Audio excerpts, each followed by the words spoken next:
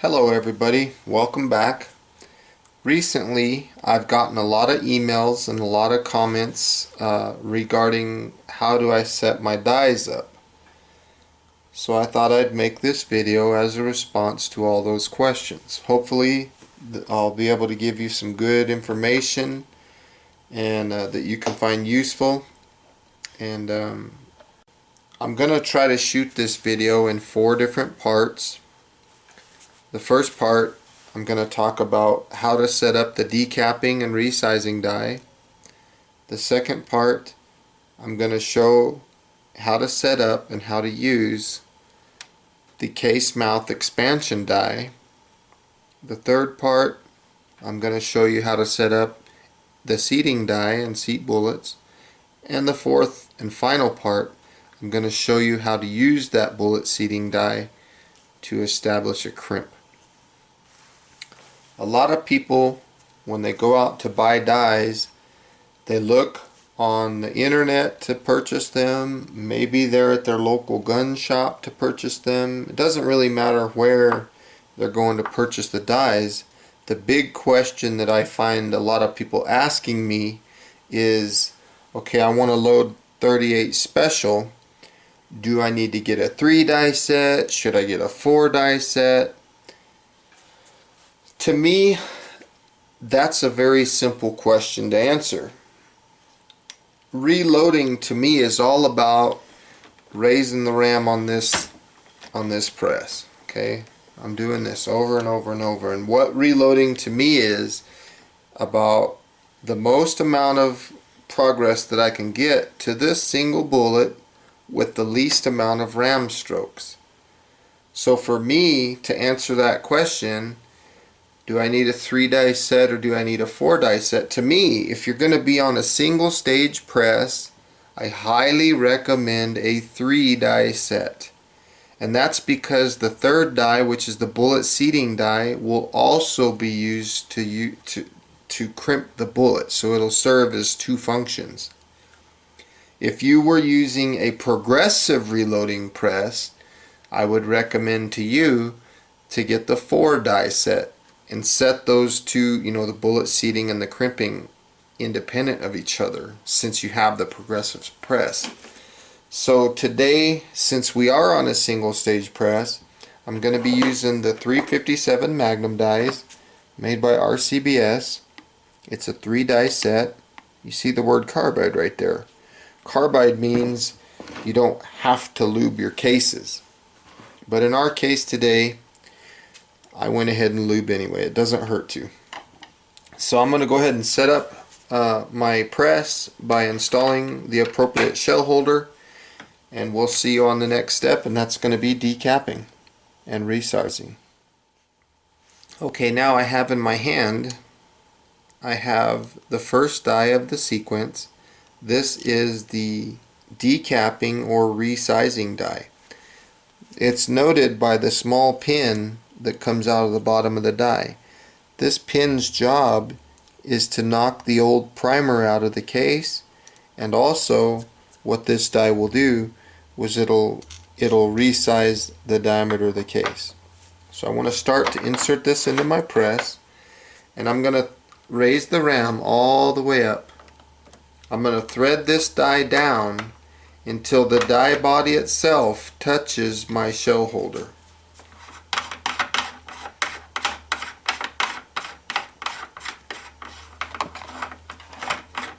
So I'm going all the way down.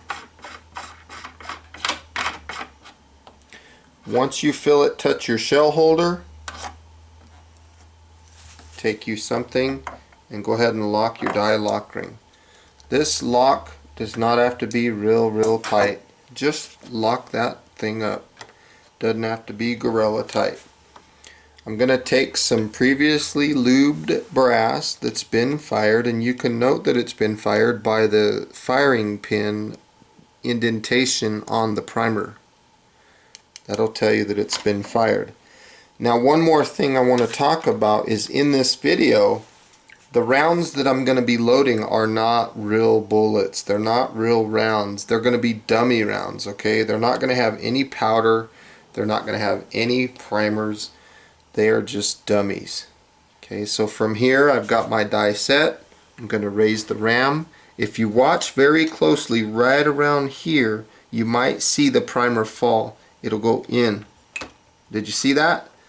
That just knocked the primer out, and it also resized the case. So hence the term decapping, meaning knocking the old primer out and resizing the diameter of the case. Since this die is already set, if I had a bunch of brass to do, I could continue the operation. And watch again, you might see that primer. There, the primer got stuck. When it does that, I can usually catch it down below in my hand. There's the old spent primer. So this is basically all there is to it, to the decapping step, the first die in this operation. Okay, now we're ready to set up the second die. This is going to be the case mouth expansion die, and you can see that I have a bullet in my hand. I'll talk about that a little bit more here in a second. So first thing is first, I need to take out this decapping die because I'm done with that operation.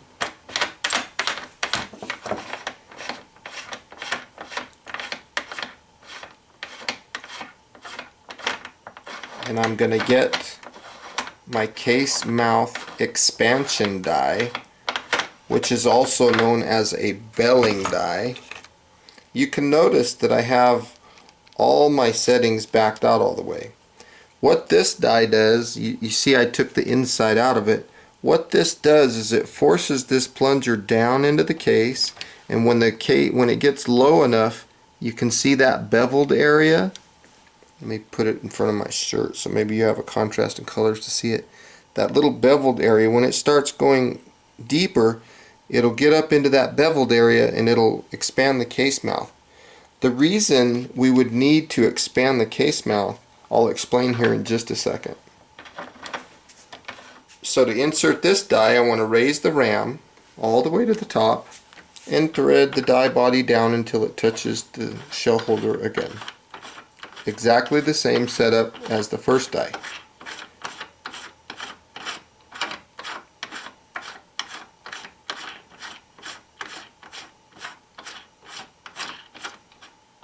Once you feel it touch, just go ahead and lock the lock ring. And again, it does not have to be gorilla tight, just snug. Okay, so what I was talking about earlier is if you try to take this case and you try to put the bullet in there, it won't fit because right now they're about the same diameter. Hope you can see. Because of all these colors, let me step in front, maybe you can see it against my shirt. See, I try to put that in, it won't fit. So that's why I need to use this second die. So I'm going to insert my case into the press, raise the ram, and I'm going to lower this down a little bit at a time. And each time I'm taking this bullet and I'm checking it. I want the bullet to just barely fit in there. I'm taking the walls of the case mouth and I'm stretching them outward. Make very small adjustments on this case mouth expansion plug. Don't go like 5 turns or anything, because if you go too much, what'll happen is you'll be shortening the life of your brass because you'll be stretching it out, putting it back, stretching it out, and the result would be, like I said, the life of the brass would be shorter. You'll be able to tell when you're starting to get close. And right now I'm doing about 1/4 of a turn increments. We're getting really close. You want it to just barely fit in there. Another 1/4 of a turn. You know, I look at this a lot of the same way as I look at woodworking. If I cut a board too short, it's just flat out too short, you know? So if I cut it and it's not the right length but it's too long, that's still okay. I can cut it a little more. See, now there you can see that the bullet is starting to fit into the mouth of the case. It's barely starting to fit. From here, I'm going to go just a very mild, very conservative amount. I'm going to turn this case mouth expansion stem clockwise about a 1/16 of a turn. Raise the ram, and now let's see what we have here. That's perfect. Let me zoom in and show you that. Okay, you can see that, how easily the bullet fits in there. It's not tight, it's not loose. That's really, you notice the variances are very tight, the tolerances are very tight. That's perfect. If we don't want to go too excessive in our case mouth expansion. Okay, so once you get the desired amount that you're looking for, I recommend that you raise the ram, because we've already established the amount of belling that we want. The reason I raise the ram is because it'll lock this belling adjustment screw down so that I can lock the lock nut for that. This die is now set to complete the process on the rest of the brass. So I would take all my brass and go through this process, expanding the case mouth. And that's all there is to it, to setting up the second die of the sequence. Now I would like to take some time and talk to you about seating a bullet. But before I can do that, I got to remove the case mouth expansion die from the press.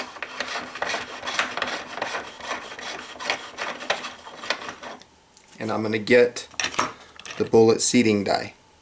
And what this does is this is the bullet seating plug, and what this part does is it comes down and it meshes against the top of the bullet, and as the ram is raised, this little part here, they meet. Okay, so as I screw this down into the die more, the result would be that as I raise the ram, the further down this is, the deeper the bullet would seat.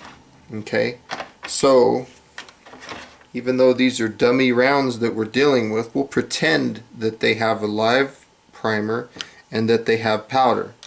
We'll go ahead and insert a case into the press, and we want to raise the ram all the way up while the die is still just barely in. We don't want to go in all the way with the die yet. It looks like I'm going to have to move my angle back a little bit so you can see. So bear with me here. There, that's much better. Okay, so again, just to clarify, I have a case in there. This is backed out all the way. This is backed out all the way. I'm going to raise the ram all the way up.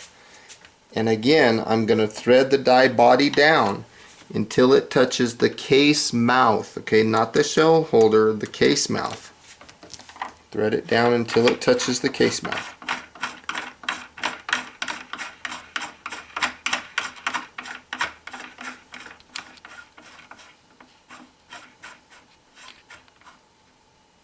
Once you feel it touch the case mouth, lower the ram slightly or all the way down and back this die out counterclockwise 1/2 of a turn.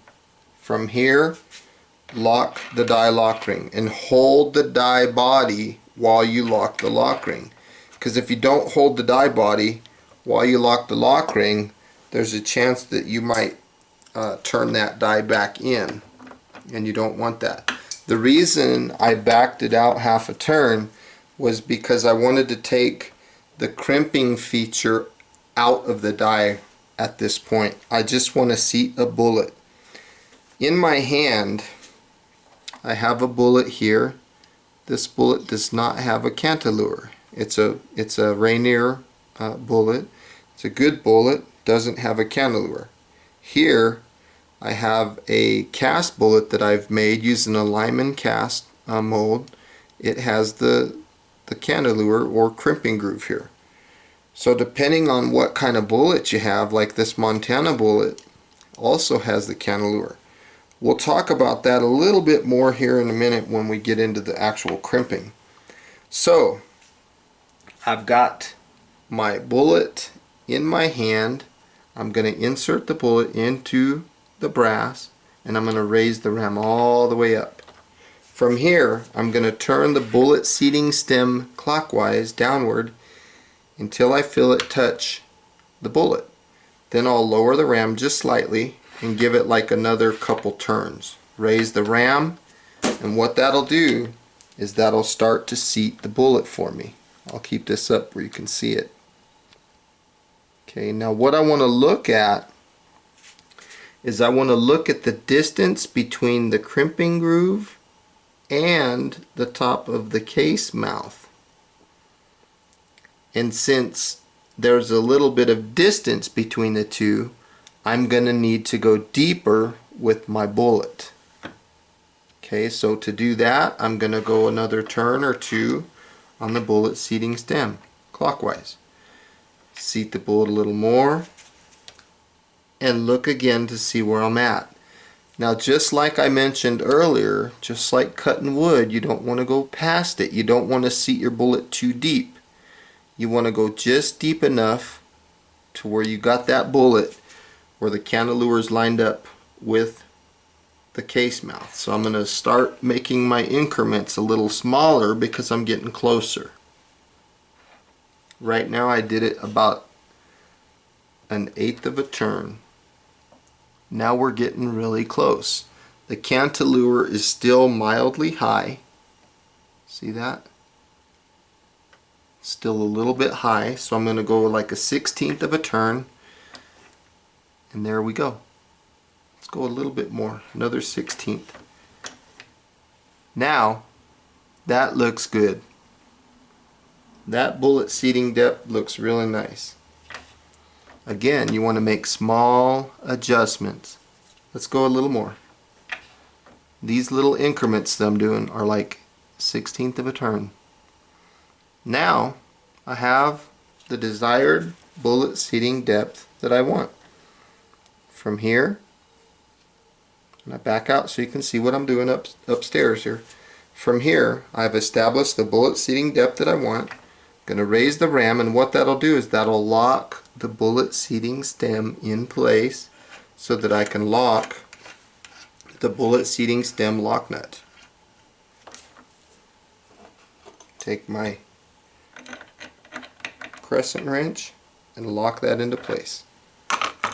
If that was all I wanted to do, in other words, if I did not want to crimp, this would be fine. This die is now set, and each additional cartridge after this will have the correct bullet seating depth. Now, one thing I want to make sure that I make a note of is this case length gauge. I want to make sure that that bullet, if you didn't want to crimp it, you want to make sure that that bullet it'll fit into that weapon. In most cases it would be a revolver. So you get that case length gauge and check it, and if it fits, you're good. That die is set.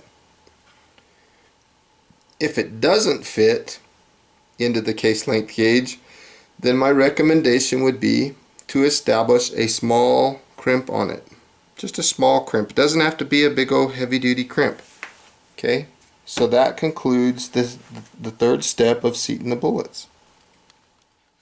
Now that we've got our bullets seated, we want to crimp around the cantilever area of the bullet.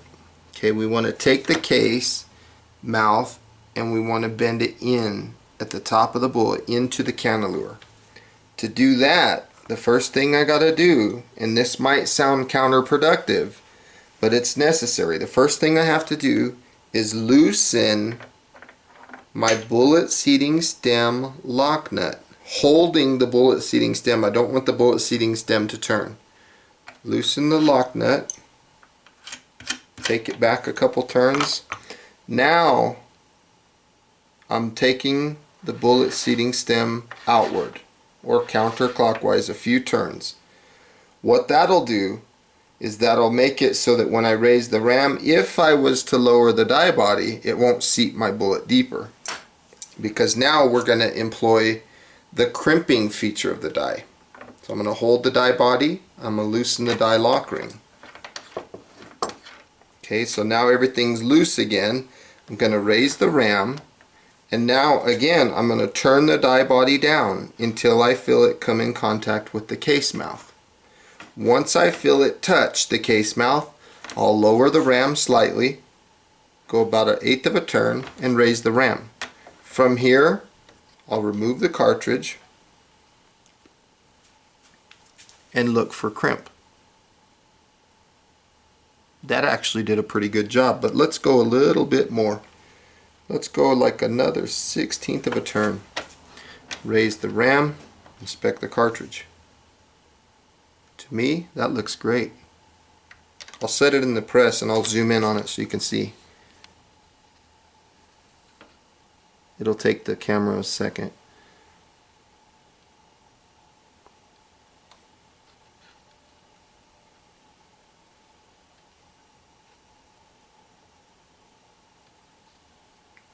Okay, you see that nice little crimp that's around there? You can see how the sides of the bullet, this area, how they kind of bend in, but it's still not quite enough. So I'm going to turn the bullet, the bullet seating stem, I'm confused here. The die body, I'm going to turn it clockwise another 1/16 of a turn. And check the round. You don't want to go too far. Let's go a little more. 1/16 of a turn. You can see the die body turning here in the video. Seat it a little more. I'm crimping a little more. Let's go a little bit more.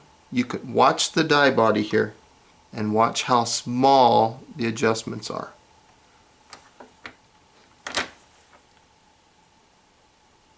That looks good. Let's go a little bit more.